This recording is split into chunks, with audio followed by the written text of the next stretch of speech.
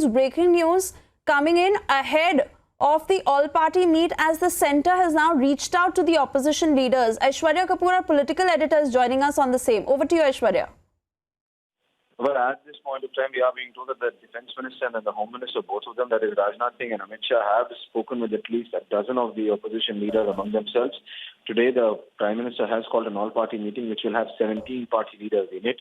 So prior to that, to create a consensus and to basically send a message of what is the feeling within the government and then what are those issues on which the Prime Minister is expected to speak. You have the Defence Minister Rajnath Singh and then Home Minister Amit Shah speaking to at least a dozen leaders of the opposition political parties. This is a consensus building measure.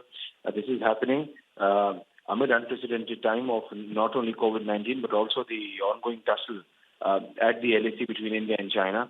And because of the COVID-19 situation, the parliament session has yet not commenced. So yes, keeping all of that in mind, Prime Minister calling an all-party meeting so that the opposition and then the complete political class, irrespective of the party, irrespective of their party line, can be taken on board because of the kind of sensitive and then very, very critical situation prevailing between India and China. Prior to that, Defence Minister and then Home Minister, both of them, once again, we repeat, have spoken to a dozen leaders among themselves before they come for the all-party meeting.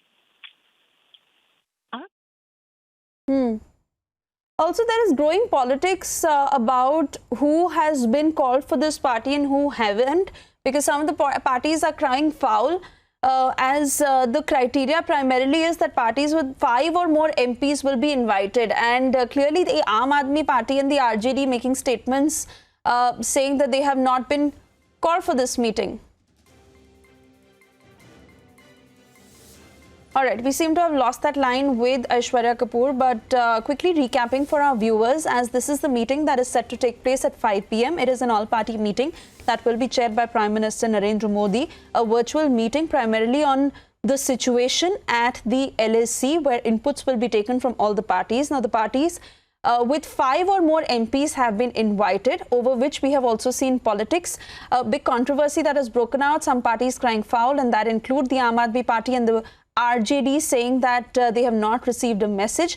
Meanwhile, those who are slated to attend the meeting include the likes of Sonia Gandhi, M.K. Stalin, Sitaram Yechuri, D. Raja, Chandrababu Naidu, Jagan Mohan Reddy, Sukhbir Singh Badal, Chirag Paswan, Nitish Kumar, Uddhav Thackeray, K. Chandrasekhar Rao and Mamata Banerjee. Although there are details coming in of how Mamata Banerjee could also skip this meeting.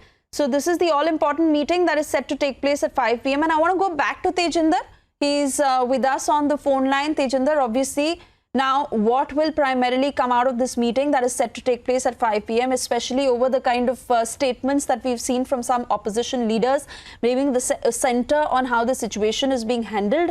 But really to talk to you about what it is as far as the army is concerned and how India is looking to diffuse the situation ahead of this meeting.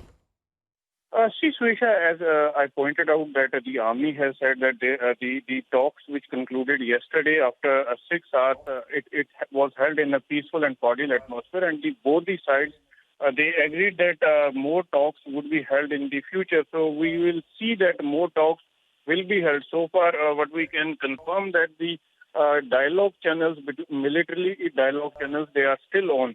So as far as the meeting is concerned, we know that this has happened for one of those few times that Prime Minister Narendra Modi has called an all-party meeting to apprise the opposition leaders about the steps that are being taken to ensure that our territorial boundaries and integrities, our sovereignty is protected from any aggressor. We know that for the past couple of days, ever since this incident took place in which we lost 20 of our brave hearts, including the commanding officer, the opposition party leaders, especially the Congress party leaders, they have been raising aspersions. They have been accusing or abusing the army. We saw how the Congress former President Rahul Gandhi also raised question why the army, the troops that were ahead, they were not carrying weapons, which the foreign minister S. Jaishankar replied that the troops, they were carrying weapons, but as per the protocol and as per the agreement, they did not use the firepower. So clearly, the opposition leaders, we have seen that many of the opposition leaders, especially from the Congress Party, from the RJD, and various other parties, they have been raising questions on the bravery of our soldiers. They have rather been raising questions on the martyrdom of our brave hearts. So clearly, the Prime Minister will end those doubts, those aspersions, and also apprise them about the steps which Yes. the government is taking post the Monday incident in which 20 brave hearts were martyred. Yes, sir.